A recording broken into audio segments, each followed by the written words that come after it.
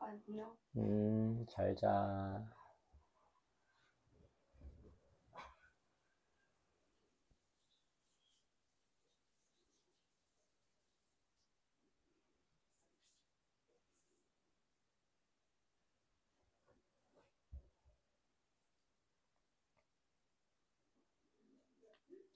한국우수 전래동화 13. 재치와 지혜를 길러주는 이야기. 임금님 귀는 당나귀 귀.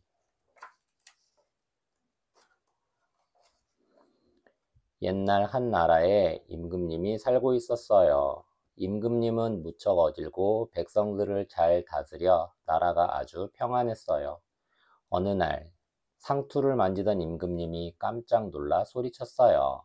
상투, 옛날 어른 남자가 머리카락을 끌어올려 정수리 위에서 틀어 감아 맨 것. 오, 내 귀가 왜 이렇게 커졌지? 글쎄, 임금님의 귀가 당나귀 귀처럼 쫑긋 솟아 올라온 거예요. 신하와 백성들이 알면 분명히 날 비웃을 거야. 그날부터 임금님은 깊은 고민에 빠졌어요. 하루는 임금님이 관 만드는 사람을 몰래 불렀어요. 관, 옛날 머리에 쓰던 쓰개의 한 가지. 지금 당장 내 귀를 덮을 수 있는 커다란 관을 만들거라. 관 만드는 사람은 임금님의 귀를 보고 키득키득 웃음이 나왔지만 억지로 웃음을 참으며 말을 했어요. 이렇게 멋진 귀는 처음 봅니다. 임금님은 속으로 은근히 걱정이 되었어요. 절대 다른 사람에게 말해서는 안 된다. 아무렴요. 걱정 마십시오. 관 만드는 사람은 고개를 조아렸어요. 조아리다. 이마가 바닥에 닿을 정도로 머리를 자꾸 숙이다. 관 만드는 사람은 집으로 돌아와 문을 꼭꼭 걸어 잠근 채 임금님의 관을 만들었어요. 하지만 계속 웃음이 쿡쿡 새어나왔어요. 어쩜 그렇게 당나귀귀랑 똑같이 생겼을까? 관 만드는 사람은 입을 다문 채 속으로만 생각하다가 얼굴을 찡그리며 가슴을 쿵쿵 쳤어요. 아이고, 답답해라. 답답해. 드디어 커다란 관이 완성되었어요. 임금님은 관을 머리에 써보고는 크게 기뻐하셨어요. 귀가 관 속으로 쏙 감추어졌기 때문이에요. 훌륭하구나. 하지만 이 사실을 입 밖에 내면 자네의 목숨이 무사하지 못할 거야. 네, 네, 명심하겠습니다. 관 만드는 사람은 몇 번이나 다짐을 하고서야 임금님 앞을 물러나올 수 있었어요. 집에 돌아온 관 만드는 사람은 임금님의 당나귀 귀가 자꾸 생각나 웃음을 참을 수가 없었어요. 그래서 하루에 몇 번씩이나 혼자서 히히히 하고 웃어댔어요. 아니, 저 사람이 미쳤나? 왜 저렇게 웃는 거야? 사람들이 뒤에서 손가락질을 하며 수군거렸어요. 관 만드는 사람은 그럴 때마다 임금님 귀는 당나귀 귀라네 라고 사람들에게 말해주고 싶었답니다. 한 번만 시원하게 말해봤으면. 마침내 관 만드는 사람은 병이나 눕고 말았어요. 용하다는 의원들이 찾아왔지만 모두 고개를 절레절레 흔들며 말했어요. 의원, 한방의술로 병을 고치는 일을 하는 사람. 아무래도 마음의 병인 것 같소. 마음에 맺힌 것이 있으면 속 시원하게 풀도록 하시오. 그래, 죽기 전에 소원이나 풀어야지. 관 만드는 사람은 자리를 털고 일어나 아무도 몰래 대나무 숲으로 달려갔어요. 관 만드는 사람은 땅에 구덩이를 파고는 그 안에 대고 목이 터져라 외쳤어요. 임금님 귀는 당나귀 귀, 임금님 귀는 당나귀 귀. 그러고는 얼른 흙으로 구덩이를 덮고 꾹꾹 밟아 말이 새어나오지 못하게 했어요. 그제야 관 만드는 사람은 속이 뻥 뚫리며 가슴이 후련해졌어요. 어이, 시원하다. 얼마 있다 관 만드는 사람은 편안한 마음으로 세상을 떠났어요. 그 뒤로 마을에 이상한 소문이 돌기 시작했어요. 글쎄, 바람이 불 때마다 대나무 숲에서 이상한 소리가 들린대. 무슨 소리가 들리는데? 임금님 귀는 당나귀 귀, 임금님 귀는 당나귀 귀. 소문은 눈 깜짝할 사이에 온 나라로 퍼져나갔어요. 아이들은 임금님 귀는 당나귀 귀라고 노래까지 불렀어요. 마침내 소문은 대궐까지 전해졌어요. 임금님은 그 소문을 듣고 몹시 놀랐어요. 틀림없이 그 관 만드는 놈이 퍼뜨렸을 거야. 임금님은 괘씸한 생각이 들어 관 만드는 사람을 당장 잡아오라고 하였어요. 임금님, 그 관 만드는 사람은 얼마 전에 병으로 죽었다고 하옵니다. 신하가 돌아와 임금님께 아뢰었지요. 아뢰다. 윗사람에게 말씀드려 알리다. 임금님은 그래도 화가 풀리지 않아 신하들에게 호령했어요. 당장 대나무 숲에 가서 대나무를 모두 베어내거라. 신하들은 임금님이 시키는 대로 대나무를 모두 베었어요. 그러자 임금님 귀는 당나귀 귀라는 소리가 더 이상 들리지 않았어요. 하지만 신하들과 백성들은 임금님의 커다란 관을 조금씩 의심스러운 눈초리로 바라보게 되었어요. 정말로 임금님 귀가 당나귀 귀인지도 몰라. 신하들은 대나무 숲이 있던 자리에 산수유 나무를 심어 놓았어요. 산수유 나무. 3월에서 4월에 노란 꽃이 잎보다 먼저 피고 열매나 씨를 산수유라고 하여 약의 재료로 씀. 봄이 되자 노란 산수유꽃이 활짝 피어났어요. 그런데 바람이 산들산들 불 때마다 임금님 귀는 당나귀 귀, 임금님 귀는 당나귀 귀 하고 속삭이는 듯한 소리가 들려왔어요. 임금님은 또 이상한 소문이 들리자 어떻게 할까 하고 고민을 하였어요. 그런데 하루는 신하가 관 만드는 사람이 죽게 된 세연을 임금님에게 아뢰었어요. 이야기를 듣고 난 임금님은 자신의 잘못을 크게 뉘우쳤어요. 내가 너무 옹졸했구나. 귀가 큰 것이 뭐가 그리 흉이 된다고. 옹졸, 성질이 너그럽지 못하고 좁다. 옹졸하다. 마침내 임금님이 신하들을 모두 불러 모았어요. 그러고는 한 번도 벗지 않았던 관을 훌렁 벗었어요. 신하들은 임금님의 커다란 귀를 보고는 깜짝 놀랐어요. 킥킥킥 후후후 참는 듯한 웃음이 여기저기서 터져나왔어요. 그동안 내가 흉한 귀를 감추느라 사람들을 괴롭힌 것 같소. 다시는 그런 일이 없을 것이오. 그때 한 지혜로운 신하가 나서서 말했어요. 임금님의 큰 귀는 가엾은 백성들의 소리를 잘 들으라는 하늘의 선물 같사옵니다. 허허허. 그럼 귀를 쫑긋 열고 다녀야겠군. 구디 임금님은 백성들의 작은 일에도 귀를 기울였어요. 우리 임금님 만세! 당나귀 귀 임금님 만세! 그 뒤로 나라는 더욱 번창하고 백성들도 배불리 먹게 되었답니다. 엄마 아빠랑 함께 읽어요. 임금님 귀는 당나귀 귀. 옛날 옛적 당나귀 귀를 가진 임금님의 이야기. 임금님 귀는 당나귀 귀는 신라의 제48대 경문왕과 관련된 설화입니다. 경문왕은 왕이 되기 전에는 귀가 정상이었지만 왕 위에 오르자마자 갑자기 귀가 길게 늘어났다고 전해집니다. 경문왕은 길어진 귀를 감추기 위해서 관을 만드는 사람을 불렀고 관 만드는 사람은 왕의 비밀을 지켜야 한다는 부담감에 시달렸다고 합니다. 결국 관 만드는 사람은 죽음이 임박해서야 지금의 경상북도 월성군 내동면 구항리에 있던 도림사 뒤 대나무 숲에 들어가 임금님 귀는 당나귀 귀를 외쳤습니다. 그 뒤 대나무 숲에 바람이 일 때마다 임금님 귀는 당나귀 귀라는 소리가 들렸고 소문을 들은 경문왕은 대나무를 베고 산수유 나무를 심게 했다고 합니다. 그런데 산수유 나무를 심은 다음에도 바람이 불 때마다 임금님 귀는 길기도 하구나라는 작은 속삭임이 전해졌고 이 소문이 퍼지자 임금님은 결국 비밀을 말하기로 결정했습니다. 임금님도 비밀을 털어놓은 뒤에 마음이 편해졌답니다.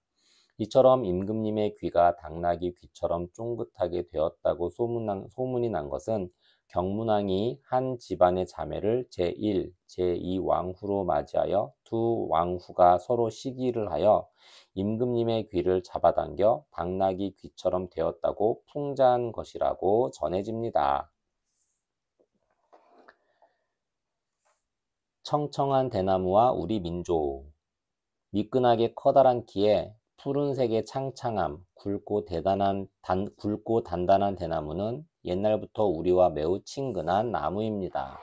우리 조상들은 대나무의 죽순을 먹기도 하고 광줄이나 부채살, 붓대와 화살 등의 재료로도 썼습니다. 또 음력 5월 13일은 죽취일이라고 하여 이날에는 특별히 대를 옮겨 심었습니다.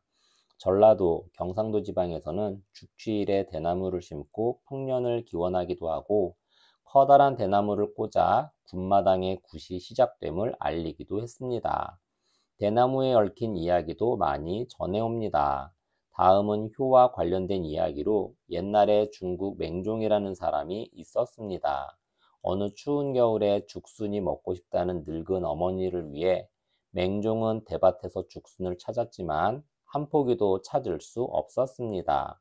그러자 맹종은 슬픔 때문에 눈물을 흘렸는데 그 뜨거움으로 땅이 녹으면서 그 자리에 죽순이 돋아났다고 합니다. 당나귀.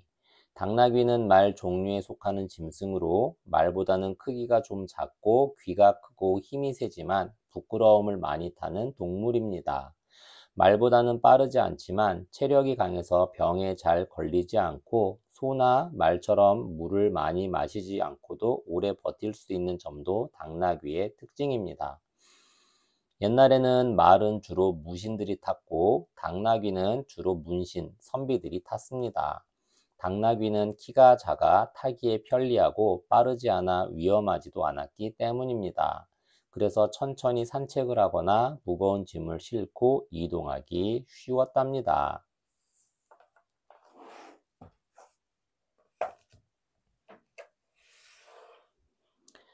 옛날 어느 임금님에게 걱정스러운 일이 생겼어요. 귀가 점점 자라서 당나귀 귀처럼 길어진 거예요. 어느 날 임금님은 관 만드는 사람을 불러 길어진 귀를 가릴 수 있는 관을 만들어 달라고 했어요. 그리고 절대로 이 사실을 소문내지 말라고 명령했지요. 관 만드는 사람은 집에 돌아와 문을 잠가 놓고 임금님의 관을 만들기 시작했어요. 임금님은 관이 마음에 들어 큰 상을 내렸답니다. 하지만 절대로 비밀을 말하지 않겠다는 굳은 약속을 받았지요. 말하고 싶은 걸 말하지 못해서 관 만드는 사람은 병이 났어요. 그 사람은 대나무 숲으로 가서 구덩이를 파고 그곳에 임금님 귀는 당나귀 귀, 임금님 귀는 당나귀 귀라고 실컷 소리를 지른 뒤 집으로 돌아와 얼마 뒤 세상을 떠났어요. 그런데 그때부터 바람이 불 때마다 대나무 숲에서 임금님 귀는 당나귀 귀라는 소리가 들렸답니다. 결국 그 소문은 임금님 귀에도 들어갔어요. 임금님은 과연 어떻게 했을까요? 퀴즈 1. 임금님은 왜 관 만드는 사람을 불렀나요? 2. 임금님은 처음에 자기의 귀를 어떻게 생각했나요? 3. 관 만드는 사람은 왜 병이 들었나요? 4. 여러분에게는 어떤 비밀이 있나요?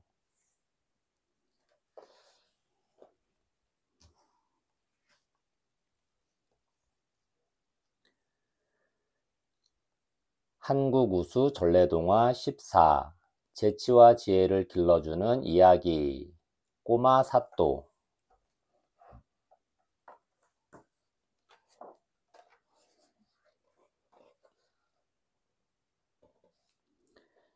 나이가 어려도 과거에 합격하면 사또가 될 수 있었던 옛날의 이야기예요. 과거, 옛날에 관리를 뽑던 시험. 15살밖에 안 된 한 아이가 과거에 합격해 어느 고을의 사또로 오게 되었어요. 이 소식을 들은 고을의 벼슬아치들은 나이 어린 사또를 업신여기며 수군거렸어요. 그거 참 어린 것이 사또라고. 글쎄, 어린 것이 뭘 안다고 고을을 다스려. 호호, 손잡벌 되는 사또를 모시게 되었네 그려. 과거에 합격했다고 누구나 고을을 다스릴 수는 있나? 안 될 말이지. 벼슬아치들은 하나같이 불평을 늘어놓았지요. 사또가 도착했다는 전갈을 받은 벼슬아치들이 하나둘씩 관가에 모여들었어요. 전갈, 사람을 부려서 남의 안부를 묻거나 이 말을 전함. 그런데 이 벼슬아치들의 태도 좀 볼까요? 어떤 이는 꼬마 사또를 빤히 쳐다보기만 했어요. 어떤 이는 먼 산만 멀뚱멀뚱 바라보며 딴전을 피웠어요. 서로 귀갯말로 뭔가를 수군대며 낄낄거리는 사람도 있었어요. 누구 하나 꼬마 사또에게 인사하는 사람이 없었지요. 꼬마 사또는 기분이 몹시 상했답니다. 내가 어리다고 모두들 날 깔보는구나. 이방이 누구요? 이방, 조선시대에 사또를 보좌하던 벼슬로 인사와 행정 등의 일을 맡아봄. 꼬마 사또가 큰 소리로 물었어요. 제가 이방이온데 왜 부르십니까? 이방은 헛기침을 하며 꼬마 사또 앞에 나섰어요. 돌 깎는 석수장이를 불러오시오. 석수장이, 돌장이, 돌을 다루는 것을 일로 삼는 사람. 석수장이는 왜 찾으십니까? 이방은 꼿꼿하게 서서 물었어요. 불러오라면 잔말 말고 불러오시오. 꼬마 사또는 제법 위험 있는 목소리로 명령했어요. 그러자 이방은 마지못해 석수장이를 부르러 갔어요. 부르셨습니까, 사또? 석수장이가 오자 사또는 의젓하게 말했어요. 여기 있는 사람 수대로 돌갓을 만들어 오시오. 예? 돌갓이라고요? 석수장이는 어리둥절해서 다시 물었어요. 돌을 깎아서 갓을 만들어 오라는 소리요. 갓, 옛날 어른이 된 남자가 머리에 쓰던 말총으로 만든 쓰개의 한 가지. 이 말을 들은 벼슬아치들도 어리둥절한 표정으로 고개를 갸웃거렸어요. 며칠 후 석수장이가 돌갓을 만들어 가지고 와서 사또 앞에 내놓았어요. 어이쿠, 정말 무겁게 잘 만들었소. 꼬마 사또는 돌갓을 들어 이리저리 살펴보며 말했어요. 이방, 이 돌갓을 벼슬아치들에게 하나씩 나누어 주시오. 그리고 관가에 들어올 때는 꼭 이 돌갓을 쓰도록 하시오. 아니, 이 무거운 돌갓을 말입니까? 이방이 놀라 물었어요. 그렇소. 꼭 그 돌갓을 쓰고 와야 하오. 돌갓을 쓰고 관가에 들어선 벼슬아치들은 저절로 숙여지는 고개를 손으로 떠받치며 투덜거렸어요. 아이고, 고개를 가눌 수가 있어야지. 이렇게 무거운 돌갓을 어떻게 쓰고 다니라는 거야? 그러자 꼬마 사또가 큰 소리로 말했어요. 내가 비록 나이는 어리지만 이 마을을 다스리는 사또요. 그런데 사또 앞에 머리를 숙일 줄 모르니 하는 수 없이 돌갓을 준비했습니다. 꼬마 사또는 또박또박 말을 이어갔어요. 앞으로 내 말을 듣지 않는 사람은 임금님의 말을 듣지 않는 것과 같으니 큰 벌을 줄 것이요. 벼슬아치들은 잠시 꿀먹은 벙어리가 되었어요. 앞으로는 얕보지 않겠으니 이 돌갓을 벗게 해 주십시오. 이러다 목 부러지겠소. 사또 말을 잘 따를 터이니 이 돌갓 좀. 벼슬아치들은 고개를 땅 아래로 늘어뜨린 채 사정했어요. 그대들이 내 말을 잘 따르겠다고 하니 이제 그 돌갓을 벗어도 돼요.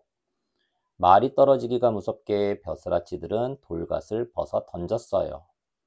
아이고, 이제 살겠네. 꼬마 사또라고 얕보았더니 보통이 아닐세. 그러게 말이야. 그렇다고 저런 꼬맹이 말을 따를 수야 없지. 꼬마 사또는 벼슬아치들이 여전히 자기를 얕보고 있다는 사실을 알고 있었어요. 무슨 좋은 방법이 없을까? 아랫사람이 잘 따르지 않으면 고을을 제대로 다스릴 수가 없는데. 한참을 궁리하던 꼬마 사또가 무릎을 탁 쳤어요. 궁리, 이리저리 따져 깊이 생각함. 바로 그거야. 그 방법을 쓰면 되겠군. 꼬마 사또는 즉시 하인을 불렀어요. 부르셨습니까, 사또? 옥수수밭에 가서 옥수수떼를 베어오도록 해라. 하인은 쏜살같이 가서 옥수수떼를 한 짐 베어왔어요. 그러자 관가에서 어슬렁거리던 벼슬아치들이 무슨 일인가 해서 모여들기 시작했어요. 웬 옥수수떼야? 그러게, 옥수수떼 필이라도 만들려나? 벼슬아치들은 고개를 갸웃거리며 웅성거렸어요. 이 옥수수떼를 하나씩 나누어 주거라. 꼬마 사또가 하인에게 명령했어요. 옥수수떼를 부러뜨리지 말고 옷 소매 속에 넣어 보이지 않도록 감추어 보시오. 소매, 저고리나 두루마기 따위에 팔을 꿰는 부분. 벼슬아치들이 저마다 옥수수떼를 옷소매 속에 집어 넣었어요. 하지만 사람 키보다 큰 옥수수떼를 보이지 않도록 감출 수는 없었지요. 사또, 사람 키보다 큰 옥수수떼를 어떻게 소매 속에 감추라는 것이오? 자신들이 우습게 여기는 꼬마 사또지만 사또의 명령을 안 들을 수는 없었어요. 벼슬아치들은 서로 눈치만 보며 안절부절 못하고 있었답니다. 하하하. 벼슬아치들이 옥수수떼를 붙잡고 어쩔 줄 몰라 하자 꼬마 사또는 크게 웃음을 터뜨리며 말했어요. 이방, 그 옥수수떼가 얼마나 자란 것인지 아시오? 아마 1년도 안 자란 것이지요. 1년도 안 자란 옥수수떼도 소매 안에 가리지 못하면서 어찌 15살이나 된 나를 그리 얕잡아 본단 말이오? 꼬마 사또의 말에 벼슬아치들은 얼굴을 붉힌 채 고개를 떨구었답니다. 그 뒤 관가의 벼슬아치들은 꼬마 사또를 더 이상 얕보지 않게 되었어요.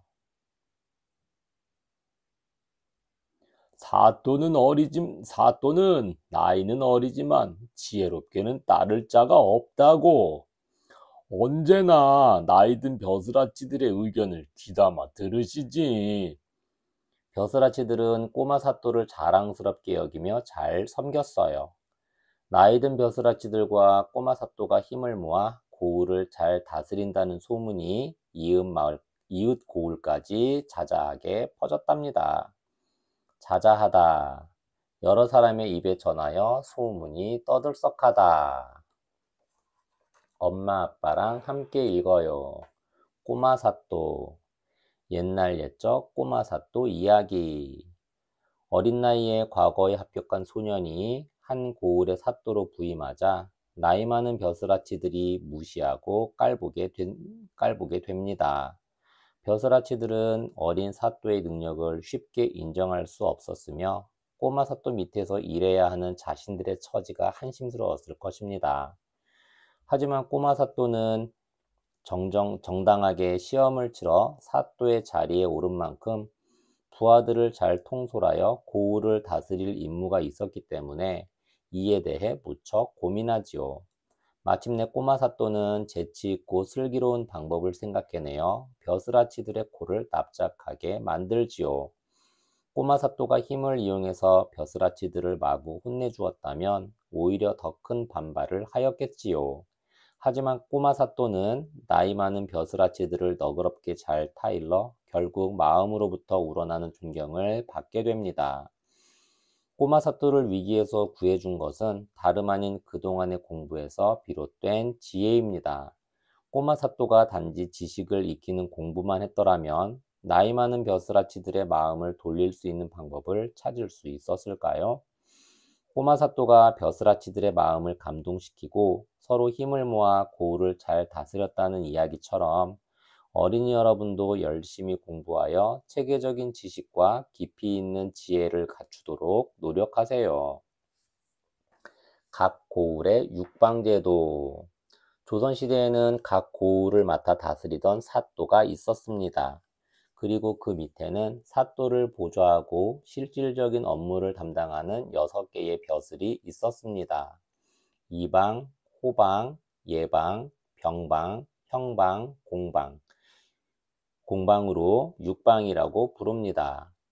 이방은 인원을 배치하고 품삯을 정하며 교육, 훈련 등을 맡고, 호방은 인구, 세금, 경제 등을 담당하였으며, 예방은 고을의 풍속이나 미풍, 병방은 지방의 군역과 경찰 업무, 형방은 소송, 법률, 노비와 관계된 일, 공방은 지방의 공사와 관련된 일을 담당하였습니다. 육방 중에서도 이방, 호방, 형방이 관청일의 핵심을 담당하였답니다. 우리네 옛 생활 모습 갓. 갓은 옛날 양반 남자들이 나들이 길에 쓰고 다녔던 모자입니다. 머리를 덮는 부분과 얼굴을 가리는 부분으로 이루어진 갓은 남자들의 위엄과 체면을 상징하기도 하였습니다. 갓은 삼국시대부터 사용하여 고려시대에 와서 관리들의 모자로 결정되어 신분이나 관직을 나타내기 시작하였습니다. 이러한 갓은 고려 말에는 조선 초까지 패랭이, 대나무를 쪼개어 만든 갓, 초립, 풀로 만든 갓, 세 단계를 거쳐서 흑립, 오칠한 갓으로 발전하였습니다. 이때부터 갓은 조정에서는 쓰지 않고 평상복에 쓰기 시작하였으며 특히 양반들이 주로 사용하고 평민들은 패랭이를 썼습니다. 갓을 만드는 일은 갓일이라고 하는데 질이 좋은 대나무 실이나 말총을 쪼개어 다듬어서 엮은 다음 오칠을 하여 완성합니다.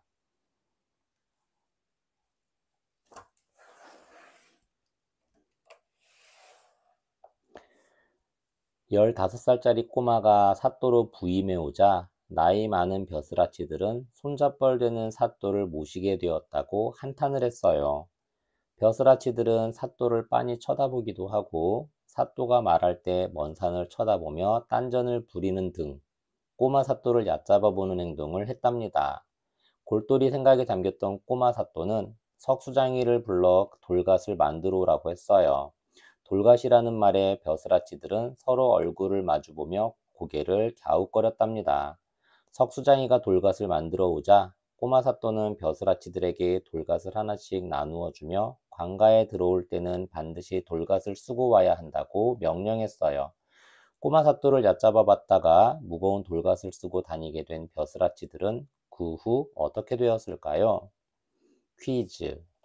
옛날에는 어떻게 해야 사또가 될 수 있었나요? 2. 나이 든 벼슬아치들은 왜 꼬마 사또를 얕보았나요? 3. 꼬마 사또는 왜 벼슬아치들에게 돌갓을 쓰라고 했나요? 벼슬아치들은 옥수수대를 소매에 넣을 수 있었나요?